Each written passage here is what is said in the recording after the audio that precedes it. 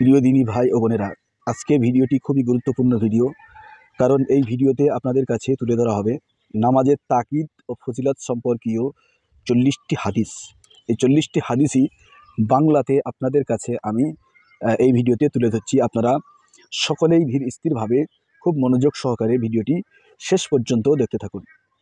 1 নম্বর হাতে রসুল পাক সাল্লাল্লাহু আলাইহি ওয়াসাল্লাম ইরশাদ ফরমায়াছেন, আল্লাহ জাল্লা শানুহু আমার উম্মতের উপর সর্বপ্রথম নামাজ ফরজ করিয়াছেন এবং কিয়ামতের দিবস সর্বপ্রথম নামাজেরই হিসাব নেওয়া হইবে।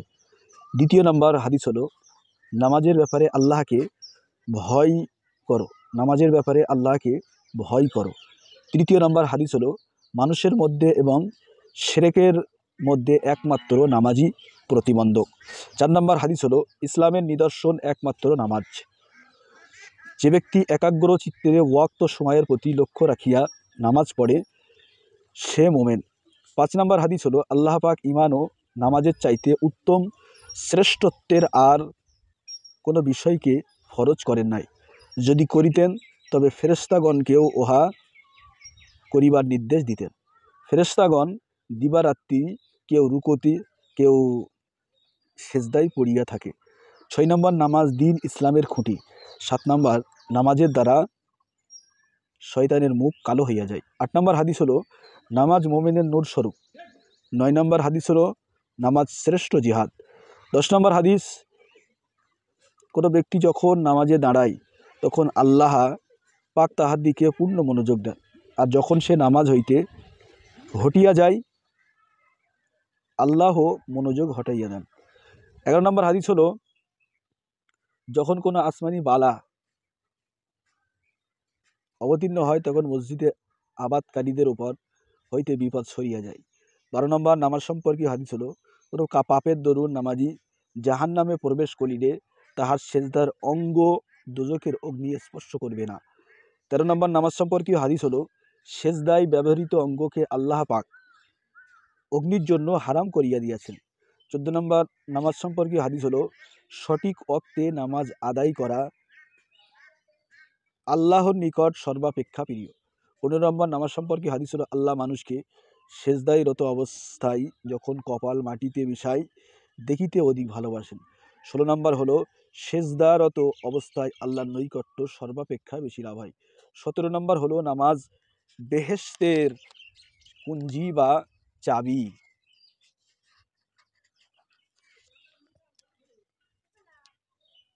18 নম্বর নামাজ সম্পর্কে হাদিস হলো, মানুষ নামাজে দাঁড়াইলে তাহার জন্য বেহেশতের দরওয়াজা খুলিয়া যায় এবং আল্লাহ তাআলা ও নামাজিদের মধ্যে কোনো পর্দা থাকে না। 19 নম্বর হাদিস হলো, নামাজি শাহের দ্বারে করাঘাত করে, যে কর্মাগত করাঘাত করে তার জন্য দরজা খোলাটাই স্বাভাবিক। 20 নম্বর হাদিস হলো, দেহের জন্য যেমন মস্তক, দিনের জন্য তেমন নামাজ। 21 নম্বর হাদিস, নামাজ হৃদয়ের আলো, যার ইচ্ছা সে যেন নামাজ দ্বারা হৃদয়কে আলোকিত করে। 22 নম্বর হাদিস হলো, ঠিকভাবে অজু করিয়া নম্রতার সহিত যে 2 রাকাত ফরজ বা নফল পাঠান্তে গুনাহের মাগফিরাত চাই তাহার গুনাহ মাফ হইয়া যায়।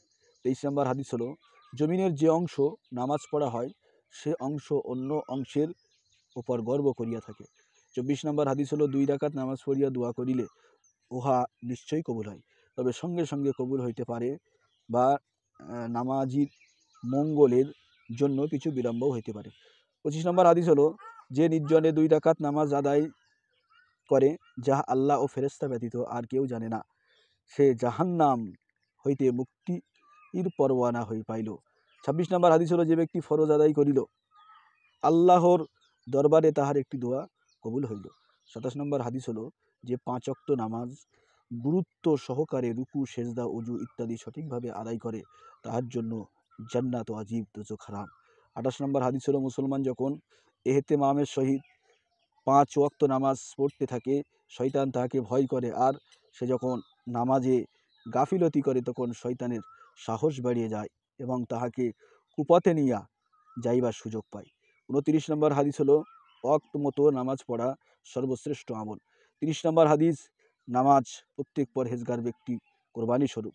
31 নম্বর হাদিস হলো, আল্লাহর নিকট সবচেয়ে প্রিয় আমল আউয়াল ওয়াক্তে নামাজ পড়া।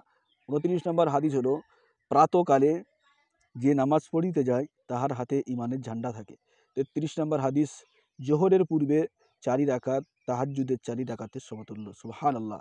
অর্থাৎ জোহরের সুন্নত নামাজের কথা এখানে বলা হয়েছে, ফজরের নামাজের কথা বলা হয়েছে। জোহরের পূর্বে 4 রাকাত তাহাজ্জুদের 4 রাকাতের সমতুল্য, মানে ফজরের নামাজ। জোহরের নামাজের পূর্বে 4 রাকাত সুন্নত নামাজ, 4 রাকাত তাহাজ্জুদের সমপরিমাণ। মানুষ যখন নামাজে দণ্ডায়মান হয় তখন আল্লাহর রহমত তাহার দিকে রুজু হয়। মধ্যরাত্রির নামাজ শ্রেষ্ঠ নামাজ, তবে স্বল্প সংখ্যক লোকই উহা আদায় করিয়া থাকে। 37 নম্বর হাদিস, আমার নিকট হযরত জিবরাইল আমিন আলাইহিস সালাম আসিয়া বললেন, হে মোহাম্মদ, যতদিন আপনি বাঁচিয়া থাকুন না কেন, অবশেষে একদিন আপনাকে মৃত্যুবরণ করিতেই হইবে। আর যাহাকেই ইচ্ছা ভালোবাসুন না কেন, একদিন তাহার নিকট হইতে পৃথক হইতেই হইবে। আর ভালো মন্দ যে আমলই করুন না কেন, উহার প্রতিদান অবশ্যই পাইবেন, ইহাতে কোনো সন্দেহ নাই যে মুমিনের সারাফাত ও বুজুর্গি তাহাজ্জুদের মধ্যে। 38 নম্বর হাদিস হলো, রাত্রে 2 রাকাত নামাজ দুনিয়ার সব কিছু হইতে উত্তম। কষ্টের আশঙ্কা না থাকিলে আমি উহা উম্মতের উপর ফরজ করিয়া দিতাম। 39 নম্বর হাদিস হলো, তাহাজ্জুদের নামাজ অবশ্যই পড়িবে, কারণ তাহাজ্জুদ পড়া নেক বান্দাদের তরিকা আর আল্লাহর নৈকট্য লাভের কারণ। তাহাজ্জুদে গুনাহ হইতে বিরত রাখে, ইহা কৃত অন্যায় হইতে ক্ষমা লাভের উপায়, ইহা দ্বারা দেহের সুস্থতাও লাভ করা যায়। 40 নম্বর বা সর্বশেষ নামাজের নামাজের গুরুত্ব সম্পর্কে হাদিস হলো, আল্লাহ তাআলা ইরশাদ করেন, হে আদম সন্তান, তুমি দিনের অগ্রভাগে 4 রাকাত নামাজ আদায়ে শৈথিল্য করিও না, আমি সারাদিন তোমার যাবতীয় কর্ম সম্পাদনের ব্যবস্থা করিব। এই ছিল নামাজ সম্পর্কীয় 40টি গুরুত্বপূর্ণ হাদিস।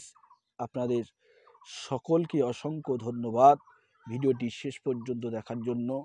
অবশ্যই আমাদের চ্যানেলে নতুন হলে চ্যানেলটি সাবস্ক্রাইব করে রাখুন। ভিডিওটি ভালো লাগলে লাইক করবেন এবং ভিডিওটি অপর মুসলমান ভাই ও বাবাজিদের কাছে শেয়ার করতে ভুল করবেন না। খোদা হাফেজ। আসসালামু আলাইকুম ওয়া রাহমাতুল্লাহি তাআলা ওয়া বারাকাতুহু।